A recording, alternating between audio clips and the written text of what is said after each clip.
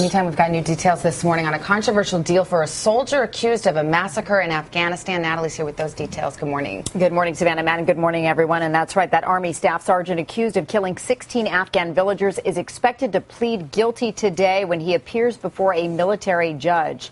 NBC's Mike Taibbi is outside Joint Base Lewis McChord, south of Seattle. Mike, good morning. Good morning, Natalie. Yeah, this plea deal is especially controversial in Afghanistan, where there's already talk of reprisals. But Bales' attorney says that prosecutors have agreed that instead of the death penalty, they will seek a sentence of life in prison for Bales without the possibility of parole.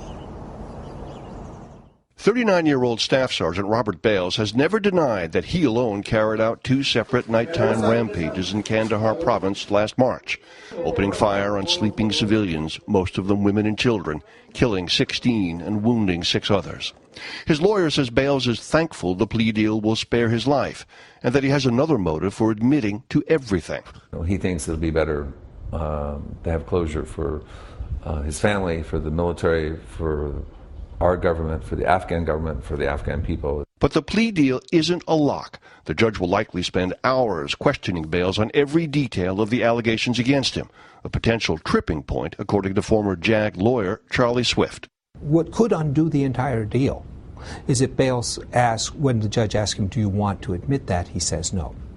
Or he says, no, I don't think I was in my right mind. So if he tries to parse it at all, that could upend the whole deal. It can. When the story broke, it strained belief that a lone soldier in a remote outpost, fueled by alcohol, steroids, and sleep aids, could carry out 2 separate murderous rampages. His wife told Matt it couldn't be her husband, the father of their 2 children. It's unbelievable to me.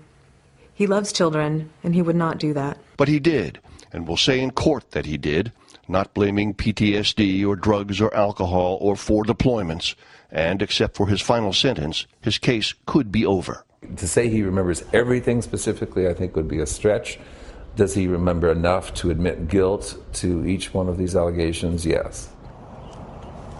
At the sentencing trial now scheduled for August, Bales will look for the possibility of parole after only 10 years because that's what's allowed under the Code of Military Justice. But even his lawyer says that is not likely. Natalie? All right, NBC's Mike Taibbi. Thank you, Mike.